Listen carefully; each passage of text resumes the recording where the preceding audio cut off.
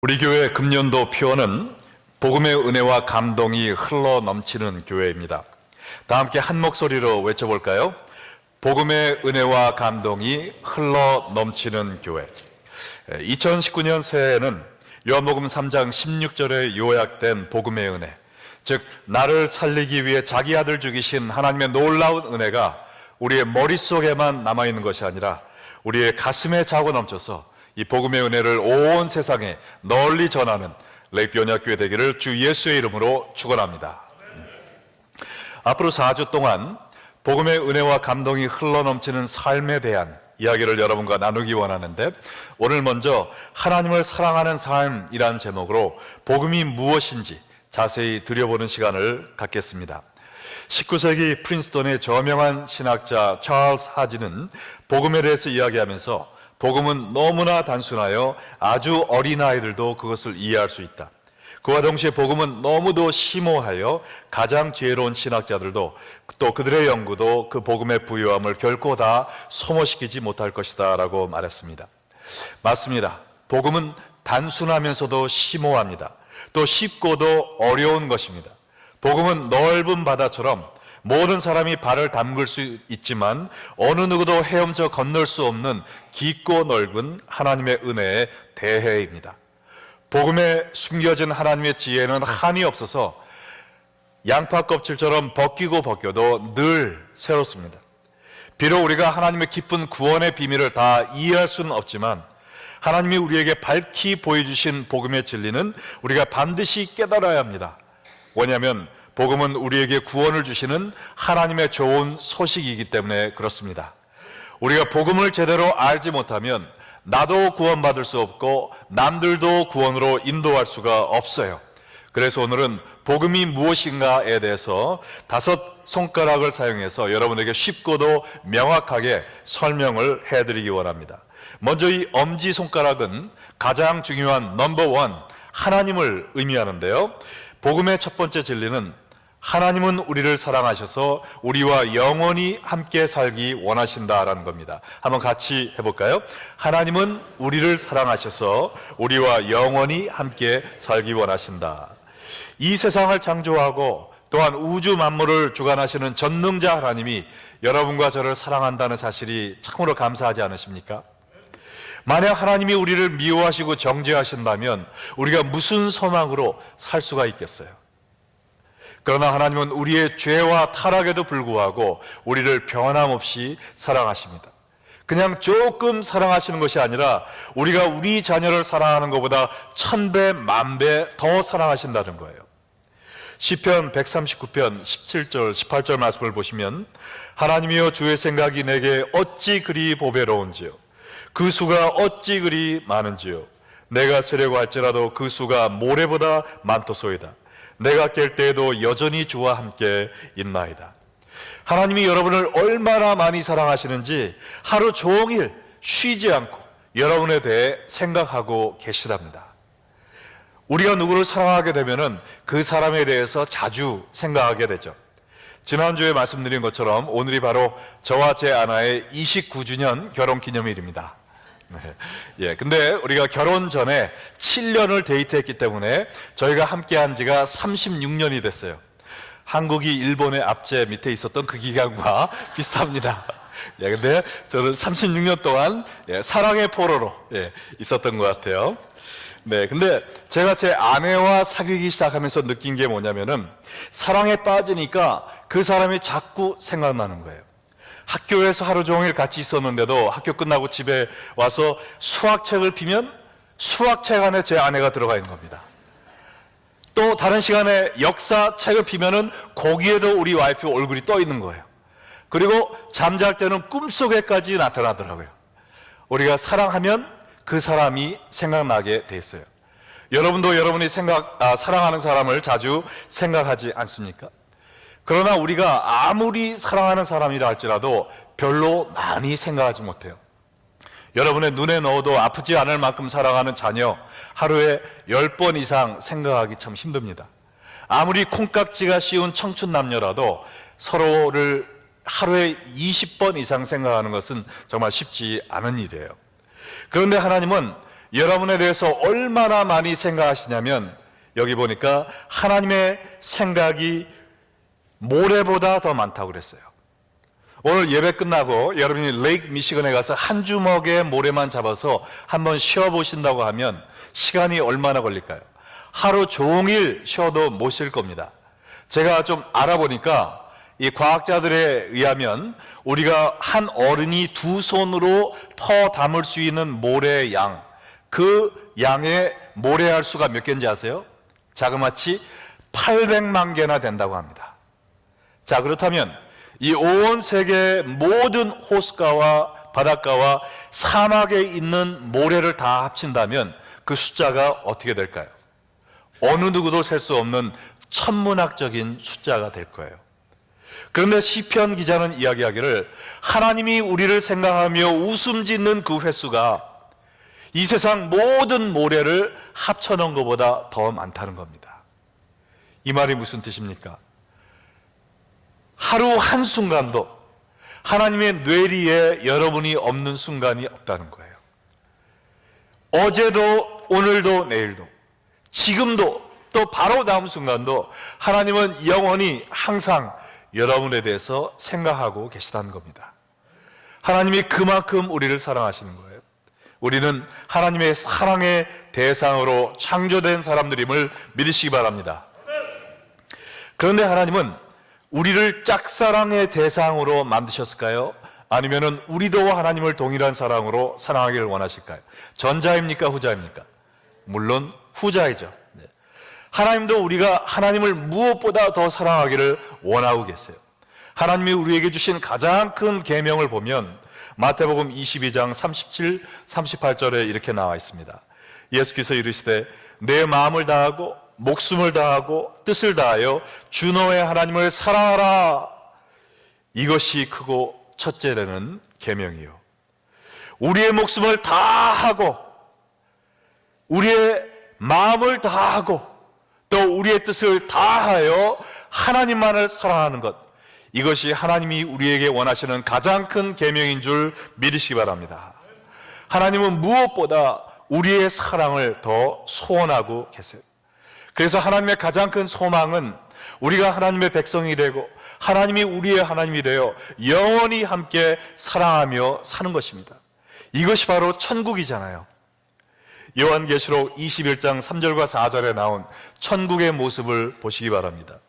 내가 들으니 보좌에서 큰 음성이 나서 이르되 보라, 하나님의 장막이 사람들과 함께 있으매 하나님이 그들과 함께 계시리니 그들은 하나님의 백성이 되고 하나님은 친히 그들과 함께 계셔서 모든 눈물이 그 눈에서 닦아지며 다시는 사망이 없고 애통하는 것이나 곡하는 것이나 아픈 것이 다시 있지 아니하리니 처음 것들이 다 지나갔음이로다. 더 이상 눈물도 고통도 죽음도 없는 그곳에서 하나님이 그의 백성들과 함께 영원히 사랑하며 사는 그곳이 바로 천국이며 그것이 바로 하나님의 소원이 이루어지는 곳입니다. 하나님은 우리를 사랑하셔서 우리와 영원히 함께 살기를 원하십니다. 할렐루야. 그런데 이 하나님의 소원을 가로막는 문제가 하나 있는데 그 문제는 바로 죄라는 것입니다. 여러분들 둘째 손가락 한번 들어보세요. 우리는 이 둘째 손가락을 언제 쓰죠? 남을 정죄하고 손가락질하고 그럴 때 쓰잖아요. 그래서 이 둘째 손가락에 죄라는 이름을 붙였습니다. 복음의 두 번째 진리는 우리는 죄를 짓고 하나님을 대적하여 영원한 죽음을 피할 수 없게 되었다라는 겁니다. 한번 같이 읽어볼까요? 우리는 죄를 짓고 하나님을 대적하여 영원한 죽음을 피할 수 없게 되었다. 로마서 3장 23절을 보시기 바랍니다. 모든 사람이 죄를 범하였음에 하나님의 영광에 이르지 못하더니 불행하게도 인류는 온 마음 다해 하나님을 사랑하기는커녕 오히려 죄를 사랑하여 하나님을 대적하는 어리석음을 범하고 말았습니다. 어떤 사람이 죄를 범했다고 했죠? 몇몇 사람이 아니라 모든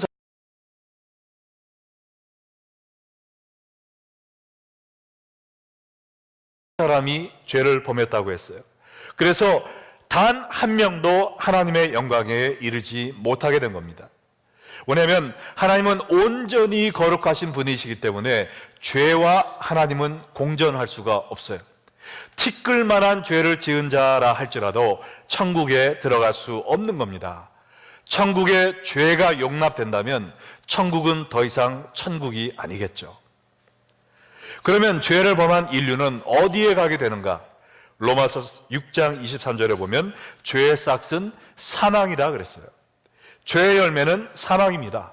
여기서 사망이란 육적인 죽음뿐만 아니라 영적인 죽음도 가리키는데, 그것은 하나님으로부터 영원히 분리됨을 말하는 겁니다. 하나님이 계신 천국에 가지 못하고 유황불이 활활 타오르는 지옥에서 영원히 고통받으며 살게 되는 거예요. 여러분들 가운데, 아니 사랑의 하나님께서 어떻게 그가 창조한 사람들을 지옥에 보내시겠어? 라고 생각하는 분이 계실 수 있겠는데, 맞습니다. 하나님은 이 세상 어느 누구도 지옥에 가는 것을 원치 않으세요. 디모데전서 2장 4절에 보면 하나님은 모든 사람이 구원받으며 진리를 아는 데 이르기를 원하시느니라 라고 써 있습니다. 하나님은 모든 사람이 구원받기를 원하십니다. 그리고 하나님은 지옥을 사람들을 보내기 위해 만든 게 아니에요. 성경에 보면은 지옥은 마귀와 그의 사자들을 위해 예비된 곳이라고 이야기합니다. 마태복음 25장 41절을 보면 또 왼편에 있는 자들에게 이르시되 저주받은 자들아 나를 떠나 마귀와 그 사자들을 위하여 예비된 영원한 불에 들어가라. 하나님은 모든 사람이 하나님을 사랑하며 살다가 천국에 가기를 원하시지만, 그와 반면에 원수 마귀는 우리가 죄를 짓고 마귀를 따라 살다가 그와 함께 지옥에 떨어지기를 원하고 있습니다. 그래서 할 수만 있으면 하나님의 택한 자라도 유혹하여 죄를 짓게 하려고 노력하고 있는 것입니다. 그런데 불행하게도 온 인류는 이 죄라는 독약을 마시고 말았어요. 그래서 마귀를 따라 지옥 유황불에 들어갈 수밖에 없는 처지가 된 것입니다. 이것이 인류 최대의 문제요, 또한 가장 큰 불행이에요. 그런데 하나님은 인간이 죄의 독약을 마실 것을 미리 알고 계시고 우리를 위해 해독제를 이미 준비하셨는데, 이 해독제가 바로 예수 그리스도이십니다. 여러분 가운데 여러분의 가운데의 손가락을 들지는 마시고 한번 보기만 하시기 바랍니다. 여러분, 이 가운데 손가락을 우리가 언제 쓰죠? 남을 저주하고 욕할 때 쓰잖아요. 근데 제가 감히 예수님을 이 가운데 손가락에 갖다 붙였어요. 그 이유는 우리가 받아야 될 저주를 예수님이 대신 받으셨기 때문입니다. 복음의 세 번째 진리는 예수님께서 십자가에서 죽으심으로 우리의 죄값을 치러 주셨다라는 것이에요. 한번 따라해 보겠습니다. 예수님께서 십자가에서 죽으심으로 우리의 죄값을 치러 주셨다. 우리가 죄를 지었으니 우리가 저주를 받아야 마땅한데, 하나님의 사랑이 우리를 살리시기 위해 우리 대신 예수님에게 죄의 저주를 덮어 씌웠다는 거예요. 갈라디아서 3장 14절에 보면 그리스도께서 우리를 위하여 저주를 받은 바 되사 율법의 저주에서 우리를 속량하셨으니 기록된 바 나무에 달린 자마다 저주 아래에 있는 자라 하였습니다. 예수님이 참수형이나 다른 방법이 아닌 십자가 나무 위에 달려 돌아가신 이유가 바로 이것입니다. 우리의 죄로 인한 율법의 저주를 받으시기 위하여 가장 추악한 저주받은 죄인들을 위하여 예비된 십자가에 달려 돌아가신 거예요. 여러분들 가운데 어떻게 하나님이 자기의 아들에게 이러한 흉측한 형벌을 내리실 수 있는가? 이것은 아들에 대한 학대가 아닌가라고 생각하는 분이 계실지 모르지만, 여러분, 하나님은 삼위일체 하나님이십니다. 성부 하나님, 성자 하나님, 성령 하나님이 한 분이세요. 그러므로 성자 하나님께서 십자가에서 우리의 죄를 위해 달려 죽으며 고통하셨을 때 성부 하나님도 똑같이 고통당하신 줄 믿으시기 바랍니다. 그리고 예수님이 십자가에서 보혈을 뚝뚝 흘리며 돌아가셨는데, 그 이유도 우리의 죄를 사하여 주시기 위함이었습니다. 레위기 17장 11절 말씀을 보면 육체의 생명은 피에 있습니다. 내가 이 피를 너희에게 주어 제단에 뿌려 너희의 생명을 위하여 속죄하게 하였나니 생명이 피에 있으므로 피가 죄를 속하느니라.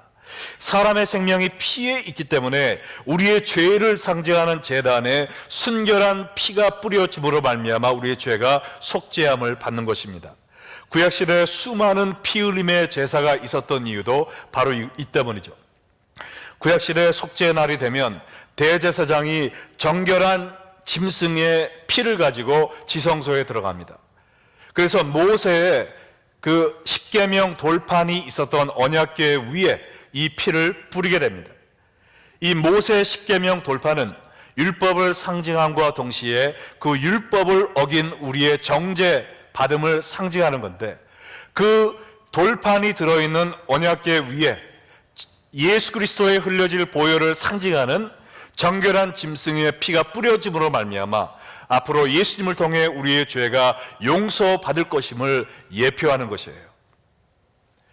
사람의 죄는 사람의 생명만이 대신할 수 있는데 곧 피 흘림의 제사를 통해서, 그것도 죄 없는 사람의 피 흘림을 통해서 죄 사함을 받을 수 있습니다. 그래서 죄 없으신 유일하신 분이신 성자 하나님께서 사람으로 오셔서 그의 피를 골고다 언덕에 쏟으심으로 말미암아 하나님의 은혜가 우리의 모든 죄악을 덮어주시고 우리 죄악을 사해 주신 것입니다.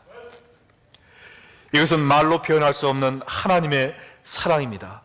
로마서 5장 8절 말씀처럼 우리가 아직 죄인 되었을 때 그리스도께서 우리를 위하여 죽으심으로 하나님께서 우리에 대한 자기의 사랑을 확증하셨느니라 라고 말씀하셨어요. 여러분은 남을 살리기 위해 여러분의 자녀를 죽일 수 있으시겠습니까? 저도 아들과 딸이 있지만 다른 사람을 살리기 위해 내 자녀를 희생한다는 것은 상상도 하기 싫은, 절대 있을 수 없는 그런 일이에요. 그러나 하나님께서 그 일을 하셨다는 겁니다. 우리가 이 사랑을 깨달을 때 복음의 은혜와 감동에 넘쳐 사는 그러한 사람이 될 수 있는 겁니다. 여러분, 제 영어 이름이 뭔지 아세요? 자슈아입니다. 발음을 잘 하셔야 돼요. 짜시가가 아니라 자슈아입니다. 부드럽게 자슈아 강인데, 여러분 그 라스베가스에 가면 자슈아 강 목사님이 또 계십니다.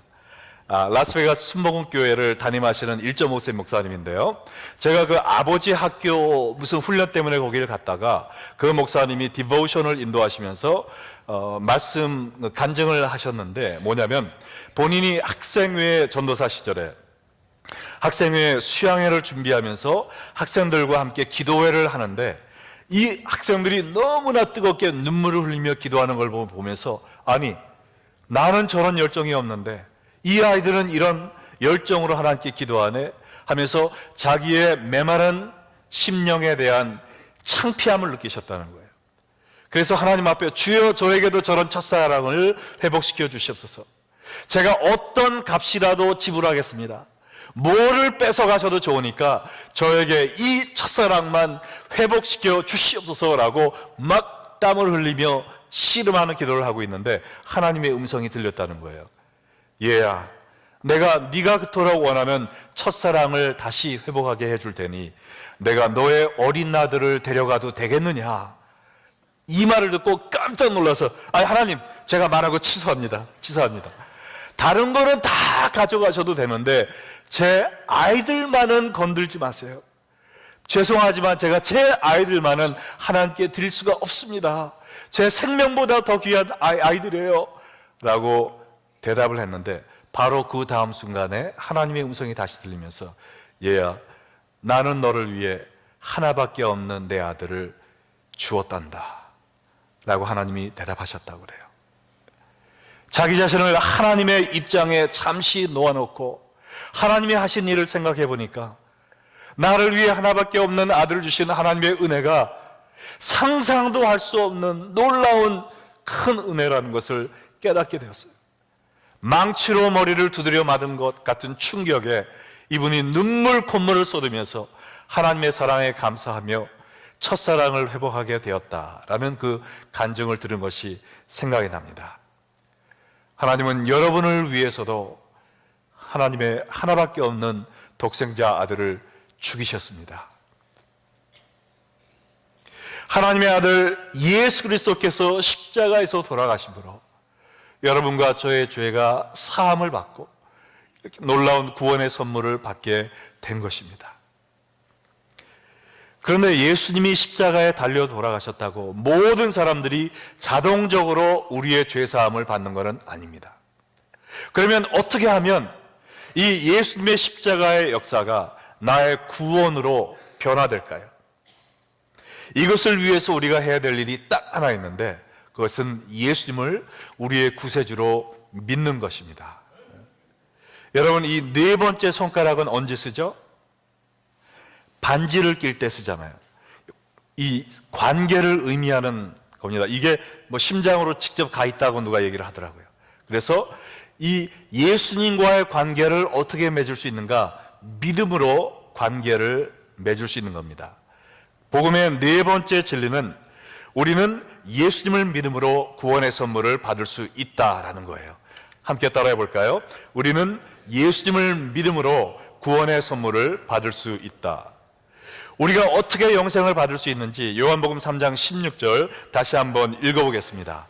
하나님이 세상을 이처럼 사랑하사 독생자를 주셨으니 이는 그를 믿는 자마다 멸망하지 않고 영생을 얻게 하려 하심이라. 우리가 구원받기 위해서 예수님을 구세주로 믿기만 하면 된다는 이 사실이 너무나도 놀랍지 않습니까? 하나님은 우리가 완전한 사람이 되는 것을 요구하지 않으셨어요. 성경을 다 외우라고 하지도 않으셨어요. 단지 예수님을 믿기만 하면 멸망하지 않고 영생을 얻을 것이다 라고 약속하셨습니다. 구원의 역사는 우리의 노력으로, 우리의 공로로 이루어지는 것이 아니에요. 우리가 도저히 해결할 수 없는 문제입니다. 그러나 하나님께서 우리가 할 수 없는 것을 이미 다 이루어 놓으셨어요. 그리고 이 사실을 받아들이기만 해라, 믿기만 해라, 그리하면 너희에게 구원이 임할 것이다 라고 이야기해 주셨습니다. 하나님, 저는 죄인입니다. 저의 힘으로는 도저히 천국에 갈 수 없는 추악한 죄인입니다. 그러나 웬 은혜인지, 웬 이유인지 하나님께서 저 대신 하나밖에 없는 예수 그리스도를 십자가에 못 박으심으로 말미암아 예수 그리스도의 보혈로 저의 죄를 덮어주셔서 이제 제가 의인된 것을 믿습니다. 예수님만이 나의 구세주임을 믿습니다 라고 우리가 고백할 때 우리의 모든 죄가 사함받고 구원의 선물이 여러분의 삶에 임하게 될 것입니다. 할렐루야! 그런데 우리가 한 가지 기억해야 될 사실은 믿음이란 그저 예수님을 지식적으로 인정하는 데서 그치는 것이 아니라는 겁니다. 예수님을 나의 주인으로 받아들이고 예수님과 함께 살아가는 것이 믿음이에요. 자, 요한복음 1장 12절 말씀을 잘 보시기 바랍니다.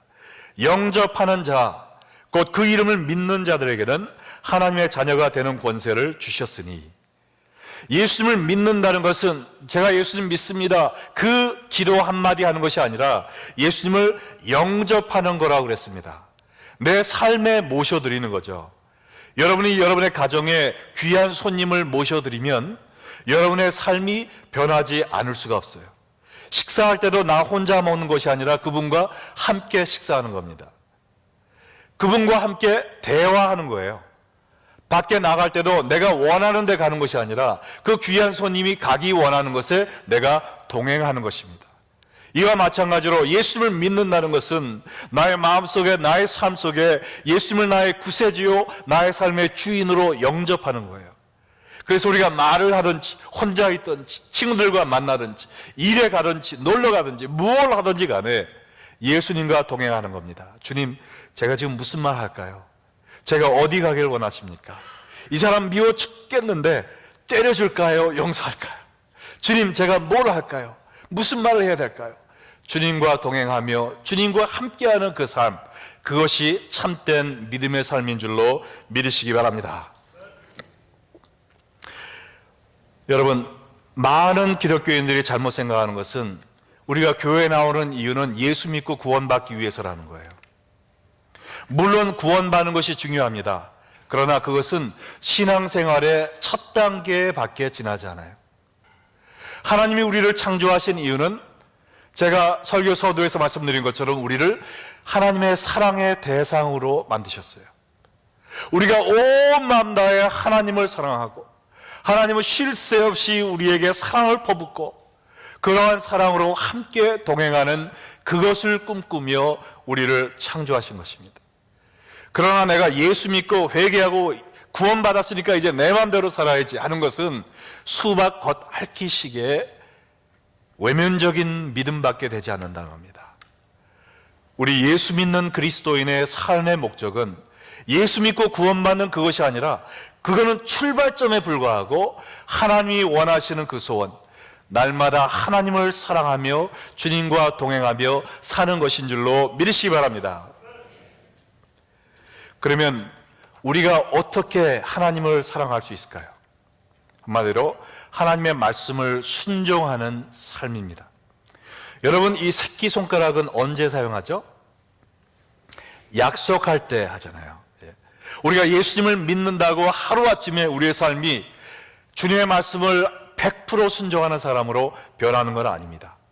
그러나 우리가 믿습니다 고백하고 끝나는 것이 아니라 참된 믿음에는 행동이 뒤따르게 되죠. 주님, 제가 약하지만 앞으로 쓰러질 수 있지만, 아니 쓰러지겠지만 그래도 제가 하나님의 은혜에 감사하여 주님의 말씀을 순종하는 삶을 살겠습니다 라는 헌신과 고백이 있을 때 참된 복음의 역사가 이루어지는 줄로 믿습니다.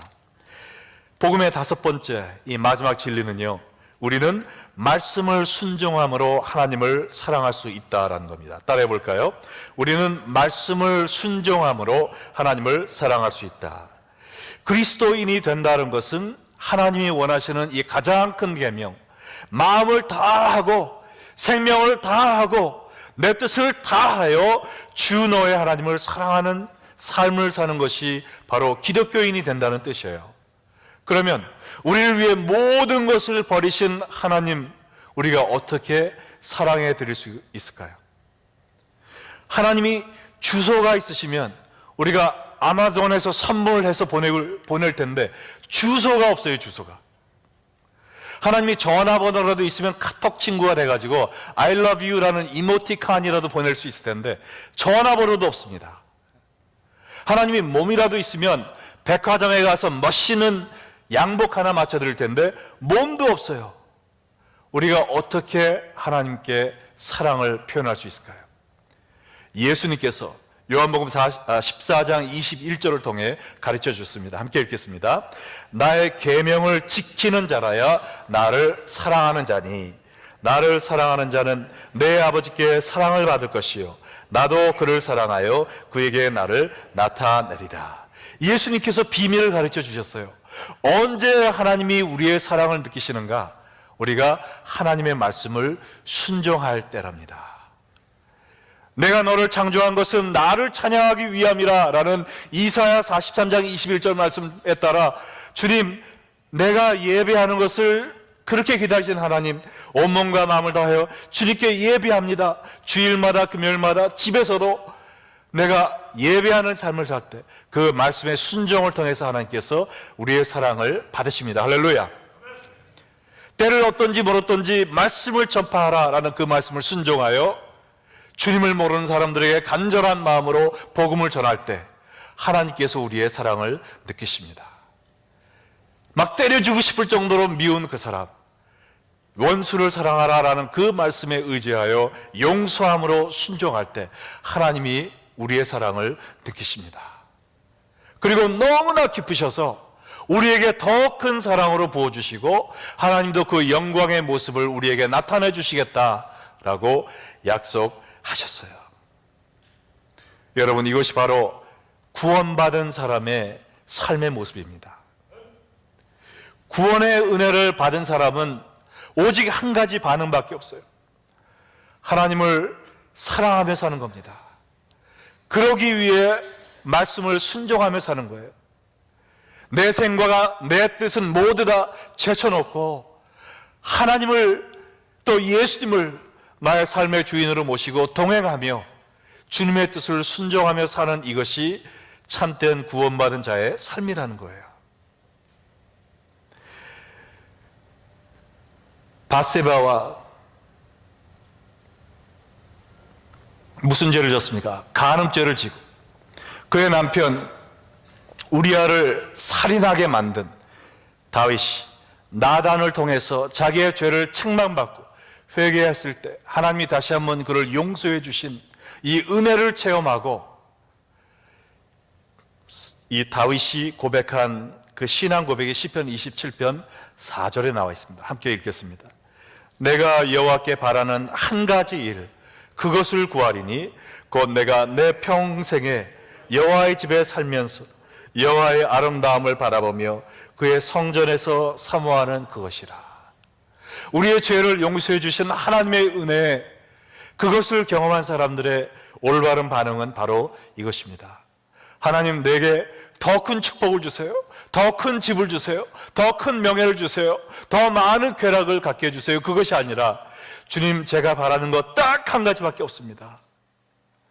제가 하나님의 성전에서 영원히 거하기 원합니다.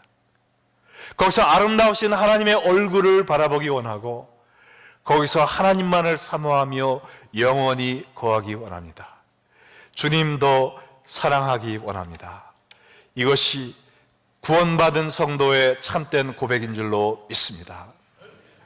만약 이 시간 여러분에게 종이를 나눠드리고 여러분 2019년 여러분의 소원 한 가지를 적어주십시오, 우리가 기도해드리겠습니다 하면은 여러분 어떤 걸 적으시겠습니까?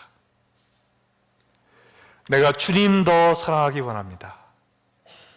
주님과 사랑의 관계 회복하기 원합니다. 주님의 아름다운 영광의 모습을 바라보며 살기 원합니다. 이것이 여러분 일생일 때 최대의 소원이 되기를 주 예수의 이름으로 축원합니다. 신약에도 보면 예수 믿는 사람들을 핍박하다가 십자가의 원수로 살다가 주님의 은혜로 인하여 거듭난 사도 바울의 고백이 고린도후서 5장 9절에 적혀 있어요. 그런즉 우리는 몸으로 있든지 떠나든지 주를 기쁘시게 하는 자가 되기를 힘쓰노라.